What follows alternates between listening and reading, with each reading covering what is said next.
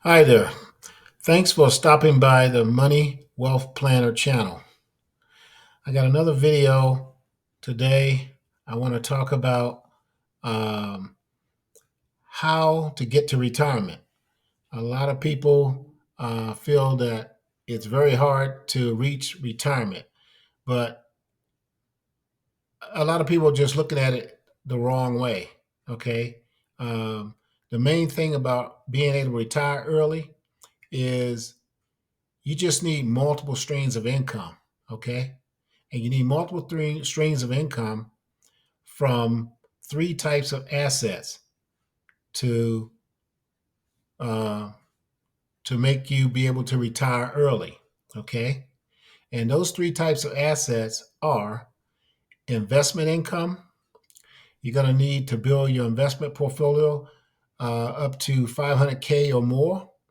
You need real estate income, and you need entrepreneurial business income. You need to start a side hustle, an online digital business to sell a product or service. Okay.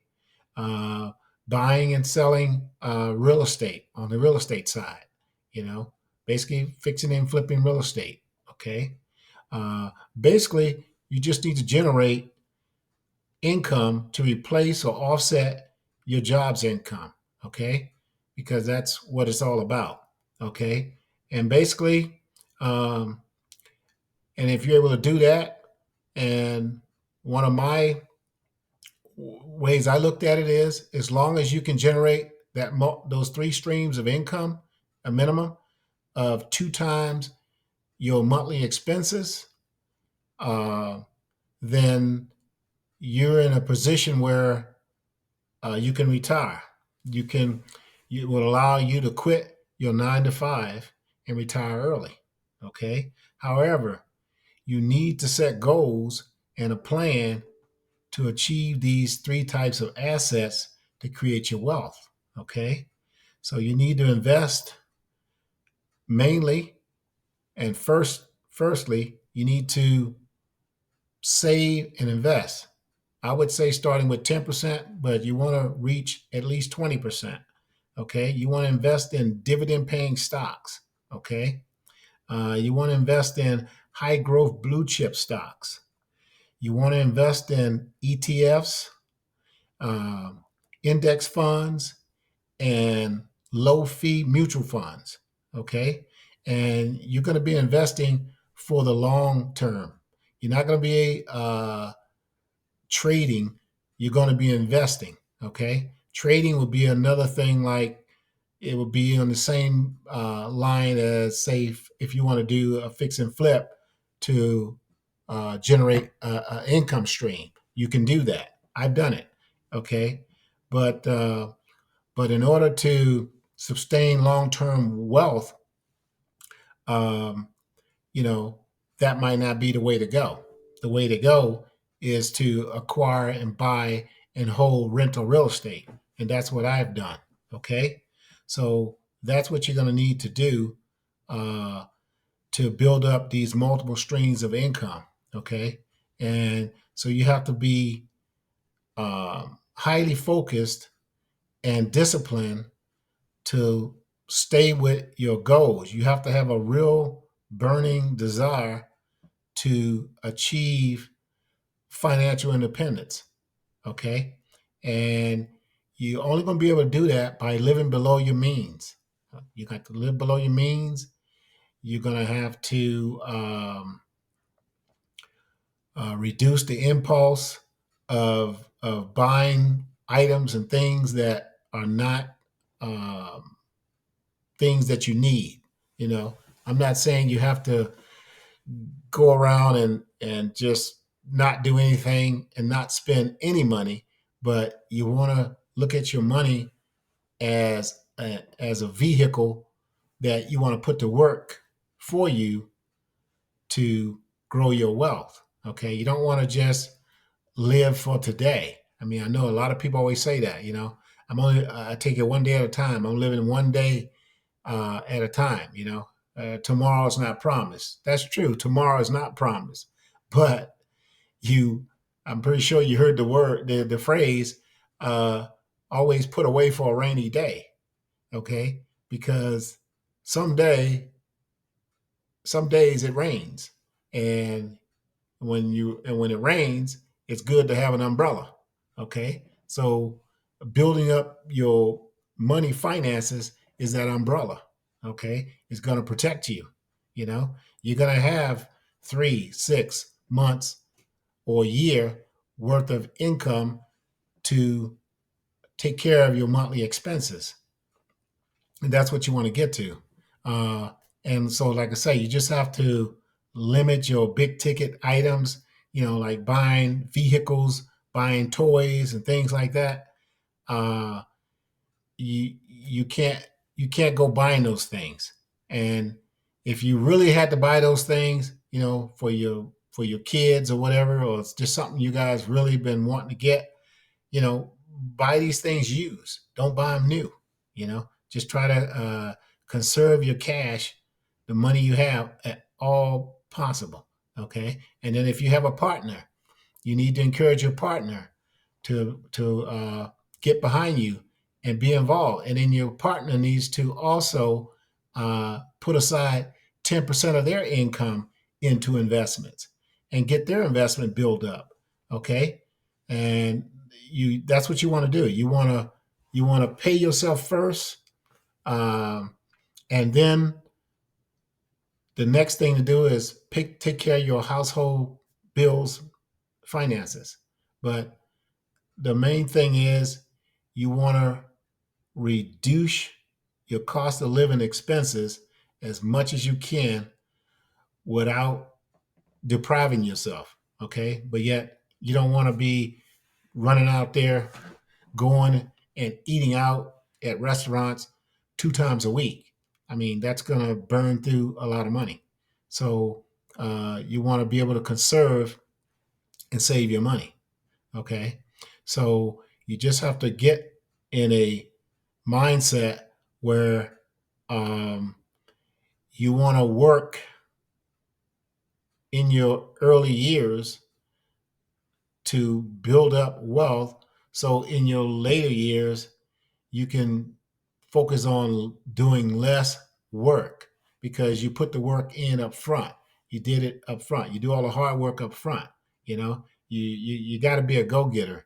I mean, and you got to have um, desires and ambitions to um, to just want to better your life. And so, like I said, in bettering your life, you also gotta be able to want to improve your health. And health is another one of those goals that you gotta set. You gotta set health goals. You gotta set goals to, get out and walk. Exercise daily. That's what I've done. I mean, you just gotta, just watch your diet. And all these things will play into discipline to where you'll be able to um, achieve your goals by having these disciplines. And therefore, you'll have a goal on what you want to achieve because you don't want to get down the road 20, 30 years and have a bunch of wealth and then your health is ailing and you don't have the energy or you don't have the health to go out and travel the world, do things. I mean, then what good was it? Then it falls on those people that say, "Oh well, see, you were living for tomorrow, but you wasn't living for today, and then tomorrow's not promised, and then now you can't enjoy the wealth of your prosperity and your years of working." But that's kind of, to me, that's like a wrong way of doing it. If you take care of your health up front and you stay on top of your health, then you're going to be in perfect, fine condition to enjoy the fruits of your labor that you did in the early years. So you got to look at it as a two two-prong approach. Actually, it's three. You got to have relationships. You got to do well by your family. you know so your finances, your health, and your family, and friends. And if you have all of those things, you're going to have a good, prosperous life. And so you don't have to worry about, um, I'm being a little frugal, for the next decade, so I can live well later and not have to worry about anything. Like in my position right now, I did all those things, and I've been retired now for 6 years, and I haven't looked back. I mean, I know that I can do this in perpetuity because I've set up my assets to where they're bringing in the income that's more than double my monthly expenses. So you can do that for as long as you live. I mean, you'll never run out of money. So, and that's where you want to get to. So, it doesn't take like multi millions of dollars to have saved up somewhere. You don't need that. What the main thing about being financially free and being considered rich is you just need multiple streams of income. Okay. And these multiple streams of income, like I said, when you first start off, of course, one stream is going to be a job. The other stream is going to be your portfolio income. You're going to have rental income. You're going to have your side hustle. So basically, while you're working, you should try to create four streams of income, because eventually you're going to eliminate the work income. Okay. And then those other three incomes. So basically, to stay retired, be retired, you're going to need three streams of income. Of course, you can, and then if you retire early, you're not going to be dependent on Social Security. So Social Security won't kick in until 62. So that means you would have to have three incomes that's going to equal or exceed two times your living expenses. Okay, and that's already have paid down your debts and things like that. Then your living expenses wouldn't be very high anyway. So if you had income coming in 5,000, 6,000 a month, that would be enough to sustain you had you got your debts down and you got your monthly income expenses down. So it's all relative. Now, of course, some people are more ambitious than others and they want to shoot for the stars. Then you can go and 10x your living expenses. So if your monthly living expenses is 3,000 a month, and you want a 10x it, then you're gonna have to have your 3 to 4 streams of income bringing in 30 plus thousand a month. You know, and that would be great. But everybody's not going to get there. So, but it's very achievable for everybody to get to two times your monthly income. I mean, your monthly expenses. That's achievable, and because I've done it, and so I wouldn't say it's easy, but it can be done. So, uh, so that's where I stand on being able to retire early, creating multiple streams of income. Um, you have to have at least three streams of income when you get to that point where you're going to retire. And of course, while you're working, you can have 3, 4, 5 different streams of income, um, and that's great. And the more money, the merrier, the better. I mean, who wouldn't want more? Um, so that's what you want to shoot for. Um, but one thing I want to add, though, is that people talk about taxes. Um, and the biggest way to reduce your taxes while you're working and even in retirement is owning and holding rental real estate, because rental real estate is one of the greatest wealth builder and tax shelters for the rich. Okay, because when you have rental income, rental property, you're gonna get tax deduction if you still have a mortgage on it, which you probably will. which I've got mine's all free and clear. But you'll get the mortgage deduction, uh, off tax deduction off your income against your rental income. You'll get depreciation, okay, off the building for 27 and a half years. You'll get to be able to take a percentage of depreciation. So you have interest deduction, you'll have uh, uh, depreciation deduction, okay? Then you'll have uh, homeowners insurance deduction, and then you'll get property tax deductions. So you got four major deductions there. And then that doesn't include any utilities you might pay. You get to deduct that. And that doesn't include any repairs that you may have to do on the property. So you're going to get about five different ways to offset the rental income that you get from the rental property. So that's going to dramatically decrease the amount of taxes that you pay on the income that you receive from your other sources of income. And I've been retired now for 6 years, and I have yet to have my tax bracket more than 10% in the 10% tax bracket uh, percentile. A lot of times I'm down five or six. And when I was doing fixing and flipping, I got my tax base down to zero. I didn't pay any taxes. A couple of years I didn't pay any taxes. They paid me. But yet I made over six figures.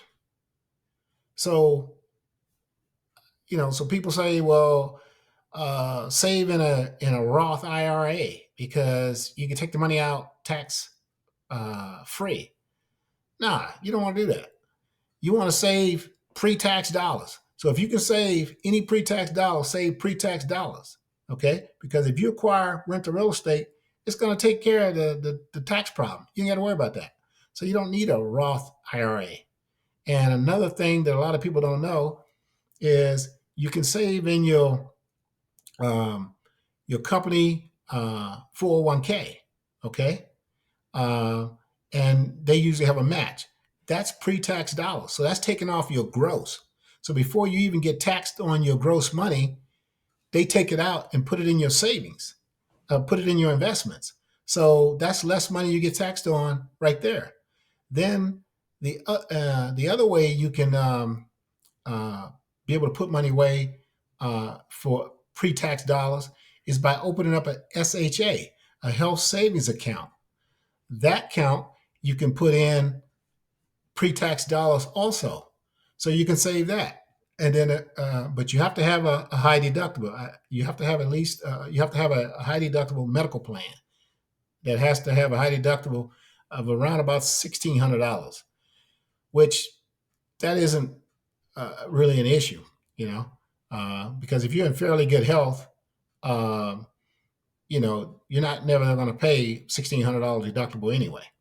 So, but you could be putting away uh, up to $3,700 for a single person, and you could be putting away, I believe, up to $8,000 for two people.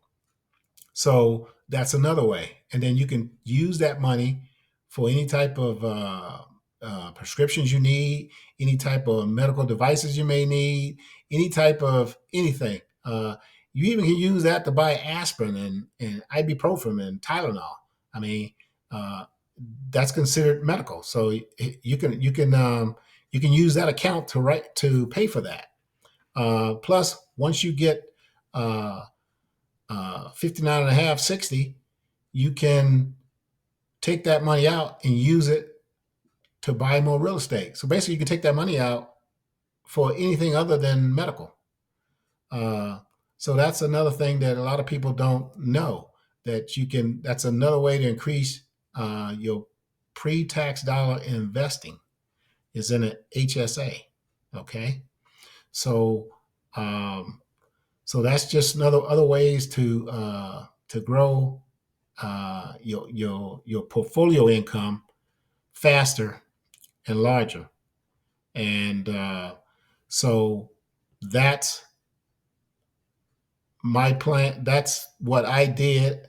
That's the way I see a lot of people can go this route and become financially independent and can retire with dignity and not have to worry about not having enough money in retirement.